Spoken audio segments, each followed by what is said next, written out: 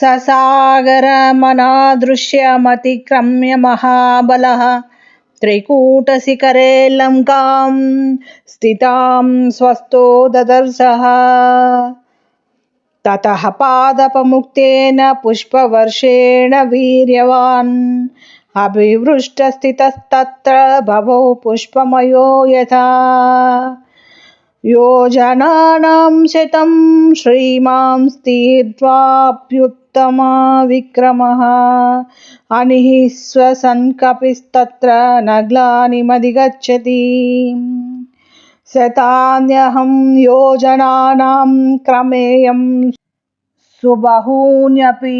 किं पुनः सागरस्यान्तं संख्यातं शतयोजनम्। स तु वीर्यवतां श्रेष्ठः प्लवतामपि चोत्तमः जगाम वेगवान् लङ्कां लङ्घयित्वा महोदधिम्। साद्वलानि च नीलानि गन्धवन्ति वनानि च गन्धवन्ती च मध्ये न जगाम नगवन्ति च। शैलांशतरुसञ्चन्नान् वनराजीश्च पुष्पिताः अभिचक्राम तेजस्वी हनुमान् प्लवगर्षभः। स तस्मिन्नचले तिष्ठन् वनान्युपवनानि च। स नगाग्रे च तां लङ्कां ददर्श पवनात्मजः सरलान् कर्णिकारांश खर्जूरांश सुपुष्पितान् प्रियालान् मुशिलिन्दांश कुटजान् केतकानपि प्रियं गून्गन्धपूर्णांश नीपान् सप्तच्छन्दांस्तदा आसनान् कोविदारांश करवीरांश पुष्पितान्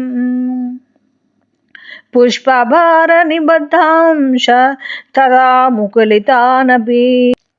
पादपान् विहगाकीर्णान् पवनादूतमस्तकान् हंसकारण्डवाकीर्णाः वापीः पद्मोत्पलायुताः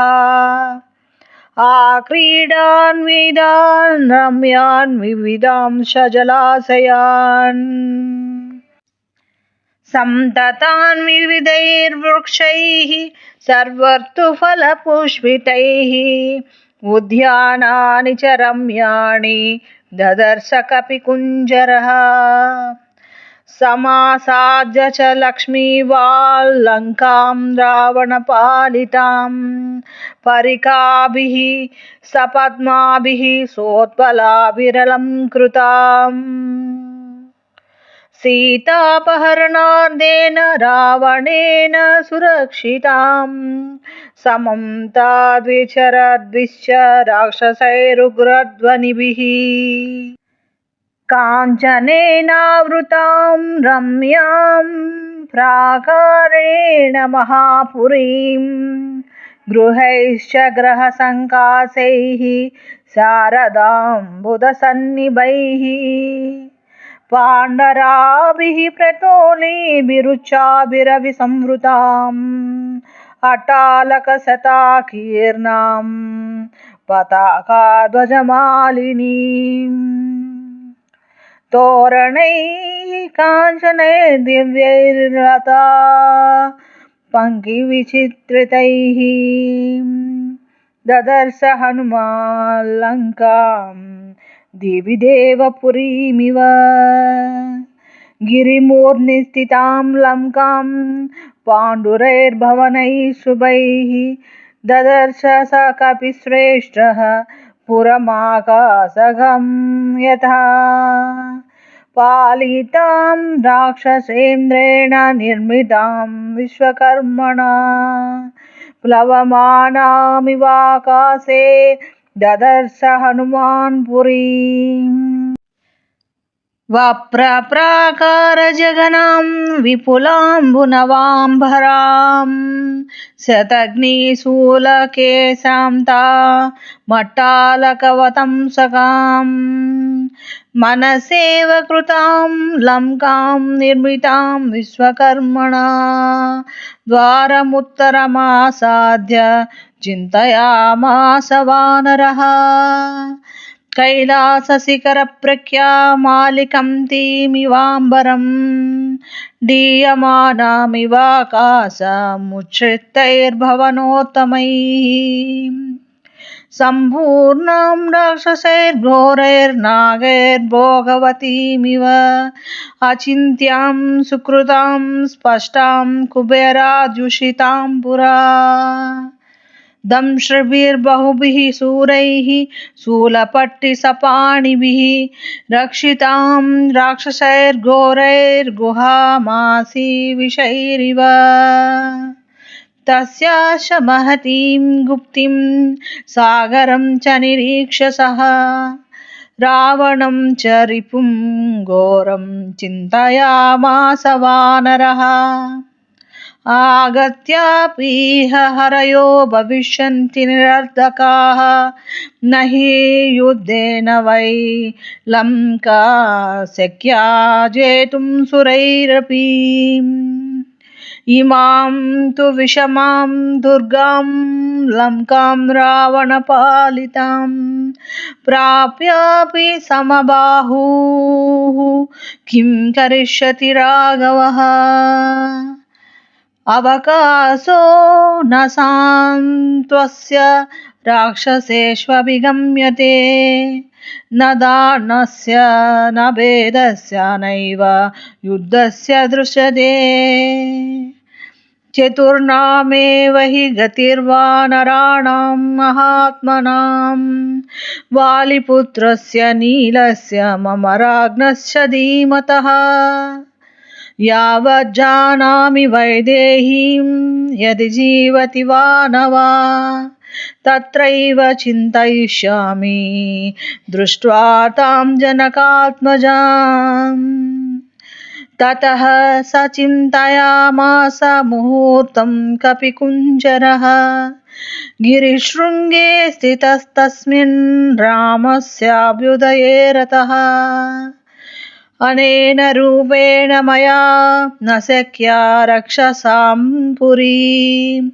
प्रवेष्टुं राक्षसैर्गुप्ता क्रूरैर्बलसमन्वितैः उग्रौजसो महावीर्या बलवन्तश्च राक्षसाः वञ्चनीया मया सर्वे जानकीं परिमार्गता लक्ष्येण रूपेण रात्रौ लङ्कापुरी मया प्रवेष्टुं प्राप्तकालं मे कृत्यं साधयितुं महात् तां पुरीं तादृशीं दृष्ट्वा दुरादर्शं सुरासुरैः हनुमां चिन्तयामास विनिश्चित्य मुहुर्मुहुः केनोपायेन पश्येयं मैथिलीं जनकात्मजाम् अदृष्टो राक्षसेन्द्रेण रावणेन दुरात्मना न विनश्येत् कथं कार्यं रामस्य विदितात्मनः एकामेकस्य पश्येयं रहिते जनकात्मजाम् भूताश्चार्था विपद्यन्ते देशकालविरोधिताः विक्लवं दूतमासाद्य तमः सूर्योदये यथा अर्धानर्धान्तरे बुद्धिर्निश्चितापि न शोभते घातयन्ति हि कार्याणि दूताः पण्डितमानिनः न विनश्येत् कथं कार्यं वैक्लव्यं न कथं भवेत् लङ्घनं च समुद्रस्य कथं नु न वृथा भवेत् मयि दृष्टे तु रक्षोभिः रामस्य विदितात्मनः भवेद्व्यर्थमिदं कार्यं रावणानर्थमिच्छतः न हि शक्यं क्वचित् स्थातुमविज्ञातेन राक्षसैः अपि राक्षसरूपेण किमुतान्येन केनचित् वायुरप्यत्र नाज्ञातश्चरेदिति मतिर्मम न ह्यस्तविदितं किञ्चिद् राक्षसानां बलीयसाम् इहाहं यदि तिष्ठामि स्वेन रूपेण संवृतः विनाशमुपयास्यामि भर्तुरर्धश्च हीयते तदहं स्वेन रूपेण रजन्यां ह्रस्वतां गतः लङ्कामधिपतिष्यामि राघवस्यार्थसिद्धये रावणस्य पुरीं रात्रौ प्रविश्य सुदुरासदाम् विचिन्वन् भवनं सर्वं द्रक्ष्यामि जनकात्मजाम् इति संचिन्त्य हनुमान् सूर्यस्यास्तमयं कपिः आचकाङ्क्षे तदा वीरो वैदेह्यादर्शनोत्सुकः सूर्ये चास्तं गते रात्रौ देहं संक्षिप्य मारुतिः वृषदंशकमात्रः सम्बभूवाद्भुतदर्शनः प्रदोषकाले हनुमांस्तूर्णमुत्फुल्लत्य वीर्यवान् प्रविवेश पुरीं रम्यां सुविभक्तमहापदाम् प्रासादमूलाविततां स्तम्भैः काञ्चनराजतैः सातकुम्भमयैर्जालैर्गन्धर्वनगरोपमाम् सप्तभूमाष्टभूमैश्च सददर्श महापुरीम् तलैः स्फटिकसङ्कीर्णैः कार्तस्वरविभूषितैः वैडूर्यमणिचित्रैश्च मुक्ताजालविभूषितैः तलैः सुशुभिरेतानि भवनान्यत्र रक्षसाम् काञ्चनानि विचित्राणि तोरणानि च रक्षसां लङ्कामुद्योतयामासुः सर्वतः समलङ्कृताम् अचिन्त्यामद्भुताकारां दृष्ट्वा लङ्कां महाकपिः आसीद्विषण्णो हृष्टश्च वैदेह्यादर्शनोत्सुकः स पाण्डुरोद्विद्यविमानमालिनीं महार्हजाम्बूनदजालतोरणां यशस्विनीं रावणबाहुपालिताम् शपाशरैर्भीमबलैः समावृताम् चन्द्रोऽपि साचिव्यमिवास्य पूर्वंस्तारागणैर्मध्यगतो विराजन् ज्योत्स्नावितानेन वितत्य लोकमुत्तिष्ठते नैकसहस्ररश्मिः शङ्खप्रभं क्षीरमृणालवर्णमुद्गच्छमानं व्यवभासमानं ददर्श चन्द्रं सा हरिप्रवीरः